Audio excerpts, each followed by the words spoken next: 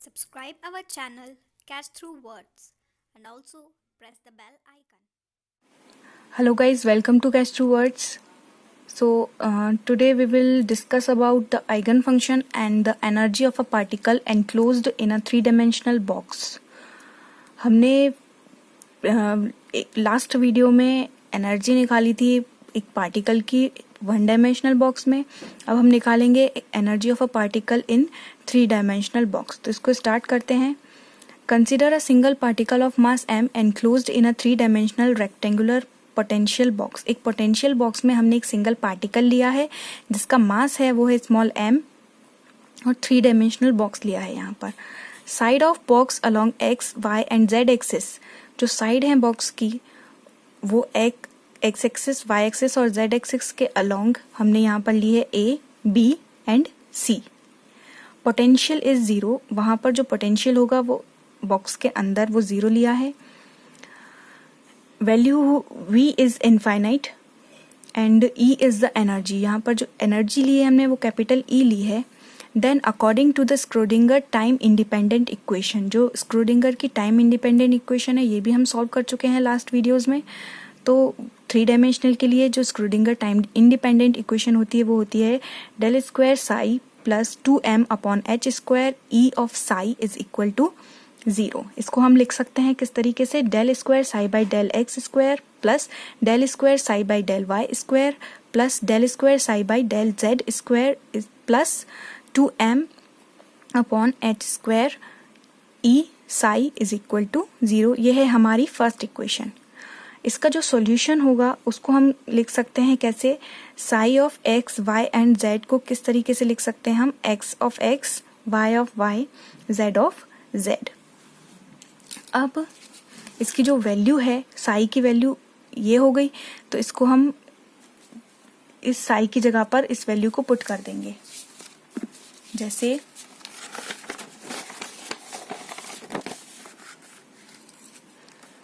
जैसे x of X is function है किसका, एक्स का है.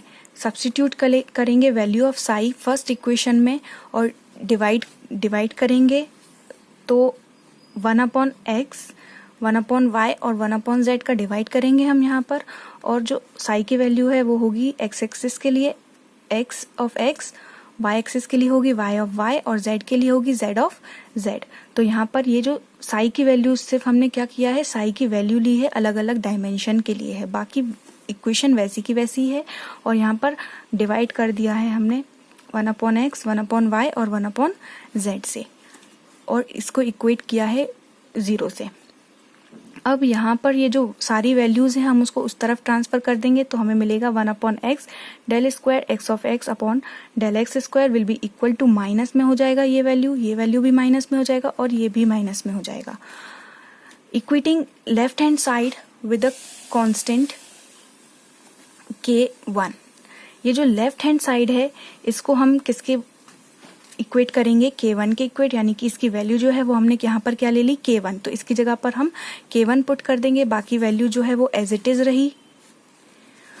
या फिर हम इसको इस तरीके से भी लिख सकते हैं इस वैल्यू को कि k1 को हम इस तरफ ले आए तो ये माइनस में हो जाएगा k1. बाकी ये वैल्यू इसी तरीके से रही. और ये वाली जो वैल्यू है इस वैल्यू को हमने उठाकर इज इक्वल टू के उस तरफ कर दिया. तो ये वाली जो वैल्यू है ये पॉजिटिव में हो गई और k1 जो है यहाँ पर पॉजिटिव में था तो इसको इस तरफ लिया है तो ये नेगेटिव में हो गया. और इसकी जगह पर हमने क्या किया है, कांस्टेंट ले लिया है एक जिसको नाम दिया है क्या, k2. यानी कि ये वाली जो वैल्यू है ये किसके इक्वल हो गई, k2 के इक्वल हो गई. यानी कि इसको हमने क्या किया है, k2 की जगह पर रख दिया है. तो ये है हमारी लास्ट इक्वेशन जो हमें मिली, minus k1 minus of 1 upon Z del square by del Z square Z minus 2m upon H square E is equal to k2 minus of k1. अब यहाँ पर हम इस वैल्यू को इस तरफ ट्रांसफर कर देंगे तो ये हमें मिलेगा k2. और इस वाली वैल्यू को हम उस तरफ ट्रांसफर करेंगे तो ये पॉजिटिव में हो गई और ये वाली ऑलरेडी यहीं पर है तो ये नेगेटिव में रही. यहाँ पर ये हो गया 1 अपॉन जेड. अब इसको हमने क्या ले लिया, k3.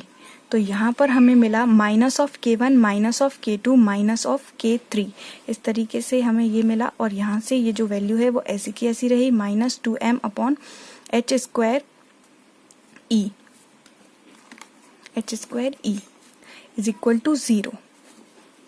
या फिर अगर ये चीज़ आपको नहीं समझ में आ रही है तो डायरेक्टली भी हम लिख सकते हैं यहाँ पर कि 1 upon X del square X upon del X square को हमने K1 लिया है, कि 1 upon Y del square Y upon del Y square को हमने K2 लिया है, और 1 upon Z del square Z of Z upon del X Z square को हमने लिया है K3। तो हमें वैल्यू मिलेगी K1 plus K2 plus K3 will be equal to minus of 2m upon h square E। यहाँ पर E भी मिलेगा हमें, यहाँ पर।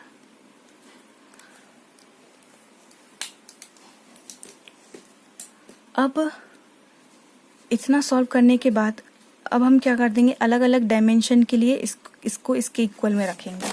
तो हमें मिलेगा K1 की वैल्यू, जो एनर्जी होगी वो हर डायमेंशन में अलग अलग हो जाएगी। K1 के लिए हो जाएगा -2m upon H square E X, K2 के लिए हो जाएगा -2m upon H square E Y, और K3 के लिए हो जाएगा -2m upon H square E Z. तो यहाँ पर हम सबसे पहले सॉल्व करेंगे एक्स एक्सिस के लिए।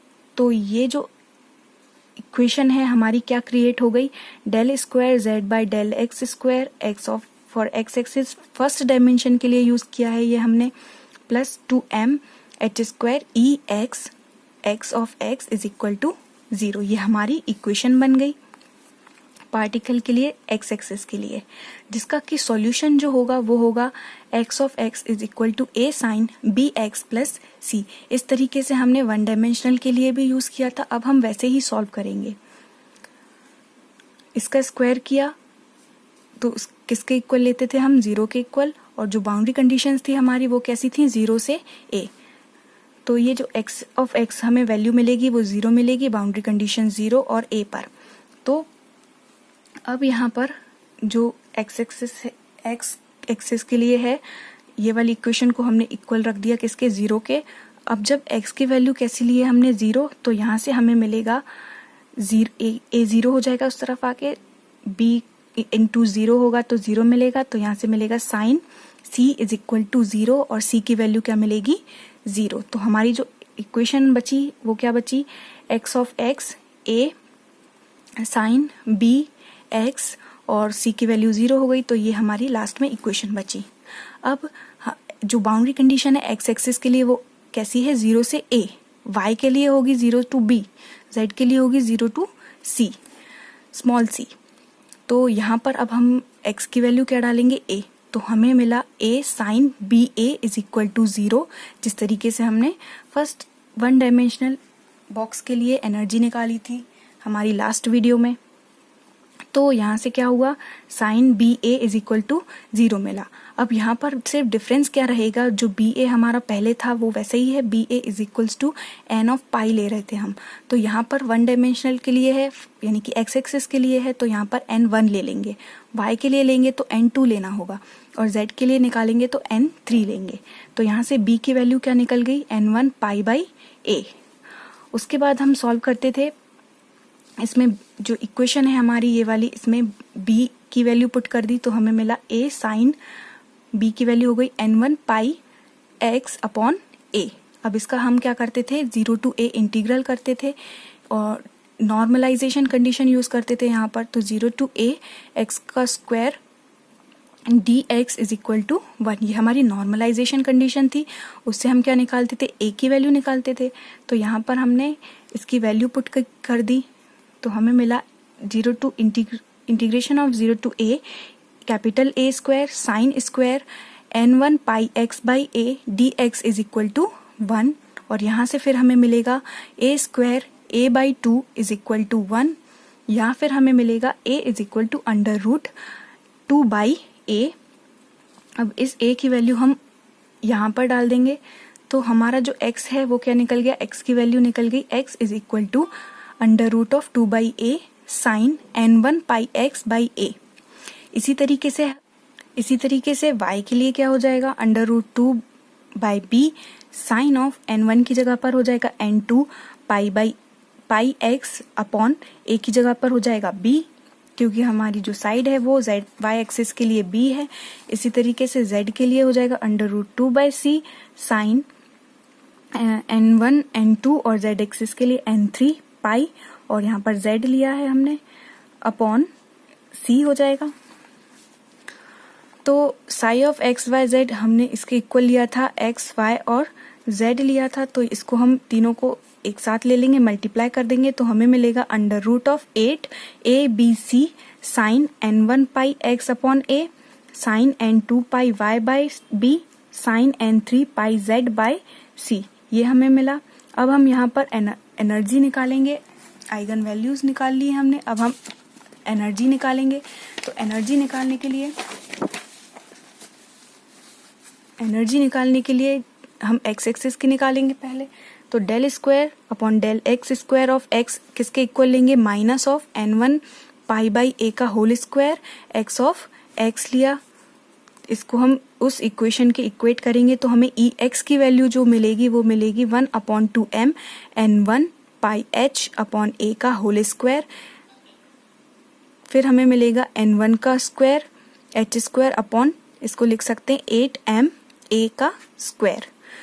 तो ये हो गई एनर्जी फर्स्ट डायमेंशन के लिए यानी कि x एक्सिस के लिए, ये हो गई एनर्जी y एक्सिस के लिए, इसकी जगह पर बस n2 हो जाएगा और यहाँ पर a की जगह पर हम b लिख सकते हैं। तो एनर्जी y के लिए मिलेगी, y एक्सिस के लिए n2 का square h square upon 8m b square, और z के लिए हमें मिलेगा n3 का square h square upon 8m c square.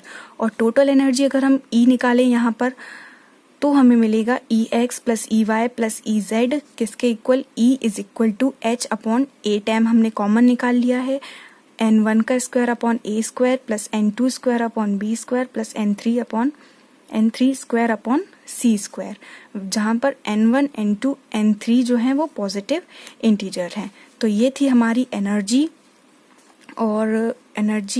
और आइगन वैल्यूज 3 डायमेंशन के लिए, जब कोई पार्टिकल 3 डायमेंशनल बॉक्स में होगा।